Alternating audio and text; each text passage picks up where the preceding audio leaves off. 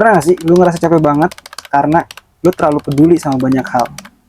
Misalnya lu mau maju ngobrol depan orang banyak, tapi lu takut dengan penilaian orang lain, takut omongan lu salah, takut rambut lu berantakan, takut baju lu jelek dan lain sebagainya. Jadi akhirnya lu nggak berani buat maju di depan kelas dan ngomong pada orang banyak. Hari ini gue bakal bahas buku ini, Seni Bersikap Bodo Amat dari Mark Manson. Buku ini ngubah banget cara pola pandang gue dalam melihat realitas hidup. Buku ini bicara tentang realitas hidup yang keras dan gimana kita belajar bodo amat agar kita bisa lebih ringan menjalaninya.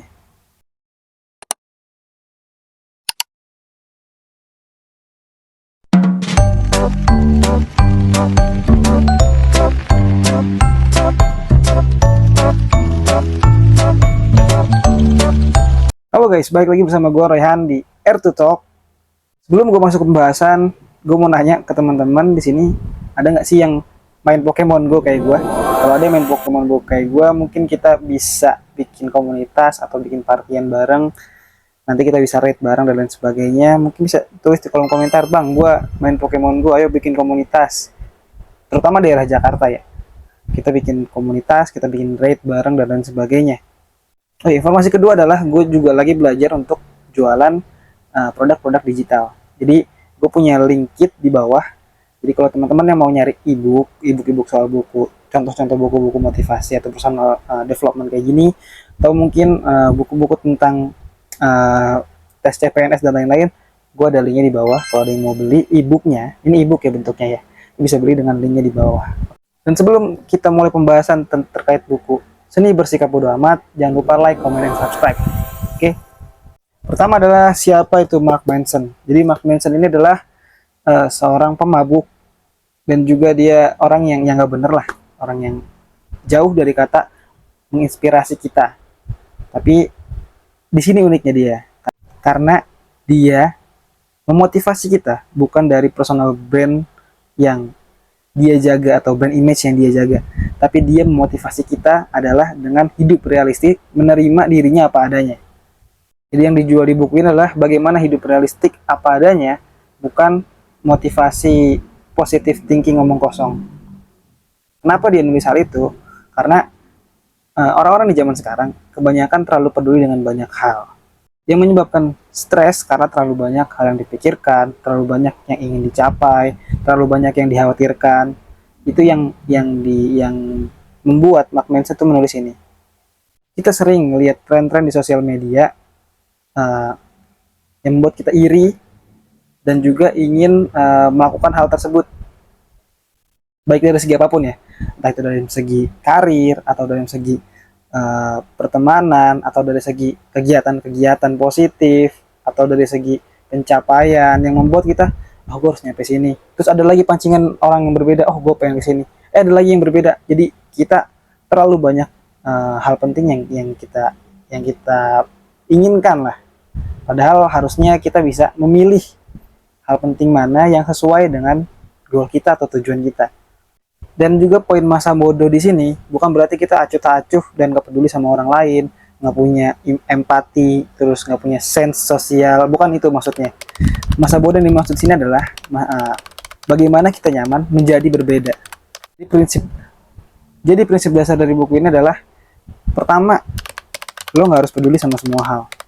Seperti prinsipnya yang pertama tadi adalah menjadi nyaman saat lo berbeda. Jadi lo nggak harus peduli sama semua hal, cukup pedulikan hal-hal yang menurut lo penting. Jadi karena kita punya keterbatasan untuk bisa action dalam mempedulikan ataupun action dalam beberapa hal saja. Di sini makanya Mark Manson nulis, lu tuh nggak harus peduli sama semua hal, karena kalau lu peduli sama semua hal, lu bakal pusing banget di kepala lu karena semuanya numpuk di kepala lu. Jadi lu bayangin lu punya masalah lu pribadi, punya gaya lu sendiri, tapi lu harus pedulin juga apa kata orang lain. Dan orang lain ini banyak banget, bisa keluarga lu, teman nanti dibagi lagi, teman SMP, teman SMA, teman kuliah, terus belum juga nanti kisah hubungan lu, pacar lu, terus teman-teman kerja lu, teman kuliah dan sebagainya macam lainnya. Itu terlalu banyak ketika lu mau harus memperhatiin semuanya. Belum nanti di sosial media, ngeliat influencer ini, influencer itu, terlalu banyak hal yang harus lo perhatikan. Jadi fokus. Poin pertama adalah lo harus fokus sama beberapa hal yang menurut lo penting. Nah, gimana caranya? Ini masuk ke seni kedua. Seni kedua itu apa? Untuk lo bisa bersikap bodoh amat atau lo bisa mengatakan bodoh amat sama hal-hal lainnya, lo harus punya tujuan yang penting, tujuan yang jauh lebih penting terlebih dahulu, supaya lo bisa memilah mana yang perlu perhatikan, mana yang enggak. Contoh simpelnya gini, saat misalkan saat gue berangkat kerja, gue punya celana itu kecipratan sama eh, motor atau mobil di saat ada genangan air di bawahnya. Jadi karena gue kecipratan nih, gue bakal marah-marah banget dan menghabiskan waktu gue ketika gue nggak punya hal yang penting lain selain celana gue yang kotor. Tapi ketika gue punya hal penting lain, contoh gue harus datang tepat waktu kerja, gue harus menjaga reputasi kerja gue karena gue punya target, misalkan tujuan gue adalah gue harus naik gaji setiap tahun, performa gue harus bagus. Jadi ketika gue kecepatan air dari motor atau mobil yang jalan di samping gue, daripada gue marah-marah terus ngejar itu dan berkata kasar, ya udah gue tetap fokus gimana caranya gue sampai tepat waktu. Karena kalau gue nggak fokus berjalan, nanti gue sampai bakal telat dan itu bakal mempengaruhi performa gue di pekerjaan. Jadi lo harus punya sesuatu hal yang penting dulu untuk dibahas, untuk dipedulikan dibanding hal-hal kecil lainnya. Yang poin ketiga adalah, entah kita sadari atau enggak, kita selalu memilih hal-hal apa yang perlu untuk kita perhatikan. Jadi seiring berjalan tumbuhnya kita, bertambahnya usia kita, kita biasanya lebih memilih, sudah bisa memilih apa-apa saja yang perlu kita perhatikan. Contoh mungkin dulu waktu kita masih bayi atau kita masih kanak-kanak, kita bakal rewel ketika kita dibeliin topi yang nggak sesuai warna kita. Kita pengennya warna hitam tapi dibeliinnya warna biru. Nah, kita bisa nangis seharian. Tapi semakin berjalannya waktu, perhatian kita semakin berkurang. Jadi ya kita udah nggak peduli lagi tuh. Kita mau keluar pakai baju warna biru, warna hitam, warna putih, itu jadi udah nggak terlalu penting. Energi kita makin berkurang, tapi identitas kita pun menguat. Kepedulian atau perhatian kita akan tertuju ke hal-hal yang menurut kita penting. Contoh keluarga kita, mungkin karir kita, atau mungkin liburan kita, refreshing kita. Jadi cukup di lingkup itu aja yang kita pedulikan. Jadi identitas kita menguat, kita semakin tahu siapa diri kita, walaupun secara energi kita menurun. Jadi yang kita bisa perhatikan lebih sedikit. Jadi di buku ini akan ngebantu kita buat memilah apa saja yang perlu kita perhatikan dan apa saja yang tidak perlu kita perhatikan. Lalu poin selanjutnya adalah kebahagiaan itu datang dari sebuah masalah. Jadi kebahagiaan itu datang dari kita menyelesaikan sebuah masalah, bukan menghindari masalah tersebut. Karena semua orang punya masalah, tapi bagaimana kita memilah masalah kita itu yang penting. Gimana kita memilah masalah kita adalah masalah yang berkualitas. Mungkin contohnya kayak gini. Elon Musk punya masalah keuangan, gue punya masalah keuangan. Bedanya, Elon Musk mungkin punya masalah keuangan untuk menjalankan proyek-proyeknya. Dan gue punya masalah keuangan untuk bertahan hidup hari ke hari. Nah itu di situ bedanya. Masalah Elon Musk lebih berkualitas dari masalah gue. Walaupun sama-sama di bagian keuangan masalahnya. Dan kebahagiaan itu didapat dari menyelesaikan masalah tersebut. Contoh Elon Musk bakal bahagia ketika dia telah menyelesaikan masalah keuangan di proyeknya, sehingga proyeknya bisa berjalan, bisa lancar. Masalahnya terselesaikan, kebahagiaan dia dapat. Gua bisa bahagia ketika gua menyelesaikan masalah keuangan gua. Gua bisa menghasilkan uang untuk misalkan 1 bulan penuh. Jadi selama 1 bulan gua nggak perlu mikirin masalah uang lagi. Gue bisa mikirin hal yang lain. Gue dapat kebahagiaan karena berhasil menyelesaikan masalah keuangan gue. Itu contohnya. Rata-rata manusia itu tidak menyelesaikan masalahnya. Biasanya ada 2 hal yang mereka lakukan. Yang pertama adalah penyangkalan. Mereka menyangkal kalau mereka punya masalah itu, jadi mereka cenderung menghindar. Makanya mereka nggak bahagia karena mereka menghindari masalah mereka. Atau yang kedua, yaitu adalah mentalitas korban. cenderung menyalahkan orang lain atas masalah-masalah apa yang mereka terima.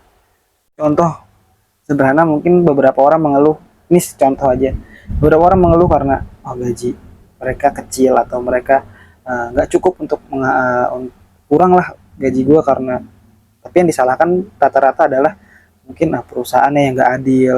Mereka mulai marah-marah, mulai komentar sana situ, bukannya poin untuk mengimprove diri mereka, bagaimana cara meningkatkan value mereka, ataupun bisa jadi mencari usaha lain agar mereka bisa menambahkan pendapatan mereka. Jadi cenderung mereka menyalahkan orang lain, salahin perusahaannya lah, salahin temennya lah, temen gue kayak gini kayak gitu, atau perusahaan kayak gini kayak gitu nggak adil sama gue. Mungkin beberapa poin benar, tapi itu bukan mentalitas yang tepat. Mentalitas yang dijelasin di sini adalah mentalitas gimana kita bisa menerima kalau misalkan ya udah, kalau misalkan emang gue cuma bisanya ini, cuma ya udah, emang gue pantasnya dapat segini. Atau kalau mereka emang di situ menganggap masalah mereka dah uang yang mereka terima kurang, ya udah coba hal lain atau tingkatin value-nya mereka. Karena jika lu mau mendapatkan kebahagiaan, lu harus menyelesaikan masalah lu. Dan masalah lu adalah mungkin yang tadi case tadi adalah uang. Dan poin selanjutnya di sini adalah yaitu emosi adalah hal yang overrated. Jadi emosi itu adalah emosi itu cuma sekedar umpan balik dari apa yang ngelakuin, apakah itu benar atau itu salah. Yang artinya hidup kita nggak ditentuin dari emosi kita. Jadi saat kita marah, saat kita senang, saat kita sedih, itu hanya bersifat sementara. Emosi itu hanya bersifat sementara dan bisa kita kontrol. Nah, kita harus membiasakan diri untuk mempertanyakan emosi-emosi kita tadi. Kayak sedih, kenapa kita sedih? Marah, kenapa kita marah? Senang, kenapa kita senang? Kita bisa nge-breakdown akarnya kenapa kita senang. Oh, kita senang karena kita makan enak hari ini. Atau tadi kita marah karena mobil yang ada di samping kita nyiprat kita dengan cipratan air hujan. Nah, kita harus sadar pertama, kenapa kita marah? Karena kita tahu, sadar kalau itu tuh bersifat sementara emosi itu. Kita bisa mengendalikannya, kita bisa menghentikan emosi itu saat itu juga. Dengan apa? Dengan memikirkan hal yang lebih penting. Poin selanjutnya adalah untuk memilih medan juang Anda. Setiap orang pasti pengen punya karir yang oke, jadi orang yang kaya raya 7 turunan, atau pengen populer seperti band-band populer dan lain sebagainya. Tapi pertanyaannya adalah, maukah kalian ngerasain rasa sakit yang dialamin sama orang-orang tersebut? Kalau cuman keinginannya aja sih gampang gitu, semua orang juga bisa pengen jadi populer, pengen punya istri yang cantik dan lain sebagainya. Semua orang juga bisa, tapi gak semua orang mau ngelaksanain rasa sakit yang ada dari proses tersebut. Jadi di buku ini bakal ngajarin kita buat milih rasa sakit apa yang kita rela atau kuat untuk jalanin untuk mencapai tujuan kita. Contoh, gue pengen ada di pucuk karir di perusahaan, pucuk tertinggi karir di perusahaan lah. Nah, lu siap gak ngerasa sakit karena mungkin datang tepat waktu, ngasih inovasi di perusahaan tersebut, terus ngejaga nama baik lu ke orang-orang tersebut. Itu kan butuh pengorbanan, butuh rasa sakit, butuh waktu, stres dan lain sebagainya. Kalau lu sanggup itu, ya lu bisa menuju ke arah tadi puncak karir tersebut. Cuman kalau lu nggak sanggup buat hal itu, ya berarti lu nggak bisa nyampe sana. Karena untuk mencapai hal tersebut, rasa sakitnya atau pengorbanannya itu panjang. Mungkin simpelnya lagi, lu pengen punya pasangan, tapi lu nggak sanggup untuk sabar nunggu chatnya dia, dibalas sama chatnya dia, nge-treat dia gimana, terus berantem sama pasangan dan lain sebagainya. Lu nggak sanggup nih untuk dapat proses-proses itu.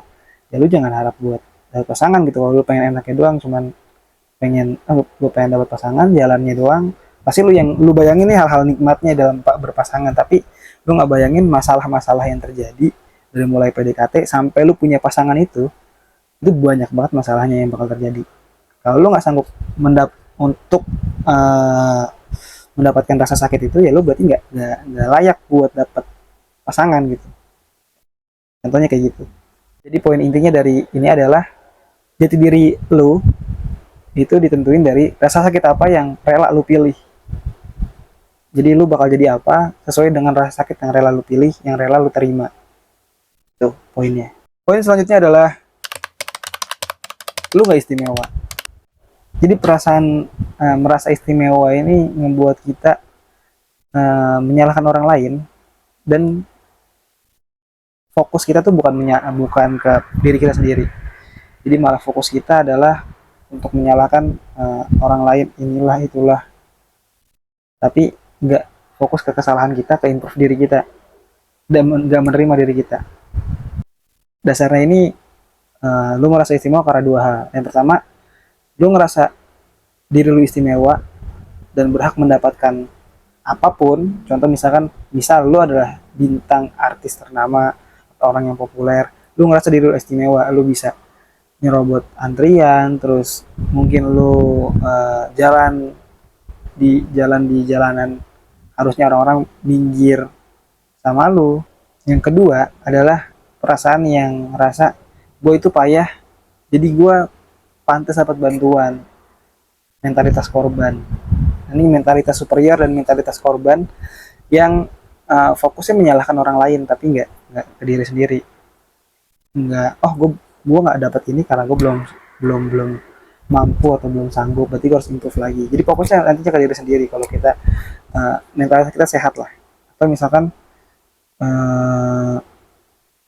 ya gue sama dia sama-sama manusia gitu, jadi gue nggak berhak nyelak antrian. Nah itu lebih sehat. Jadi poinnya adalah ya udah, kita adalah ya orang yang biasa-biasa aja. Mungkin orang-orang itu masing-masing orang punya keistimewaan di bagiannya masing-masing atau di concernnya masing-masing. Ya orang itu 20 tahun megang gitar gitu fokusnya. Ya jadi di bagian gitar emang dia istimewa. Terlepas dari gitar, udah kita semua adalah hal yang sama. Jadi 5 pelajaran penting dari buku ini adalah, pertama, lo harus pilih hal-hal apa yang perlu lo perhatikan. Jadi nggak semua hal harus lo perhatikan, lo harus pilih apa yang hal yang perhatikan, sesuaiin sama tujuan lo, sesuaiin sama rasa sakit yang lo bisa terima gitu. Lo harus ukur diri lo sendiri. Karena lo punya perhatian terbatas, lo punya energi terbatas, fokus sama perhatikan apa-apa aja hal yang mampu lo perhatikan atau hal yang penting untuk lo perhatikan. Yang kedua adalah jangan kejar perasaan positif terus, tapi lo harus terima perasaan hal-hal negatif yang ada di diri lo.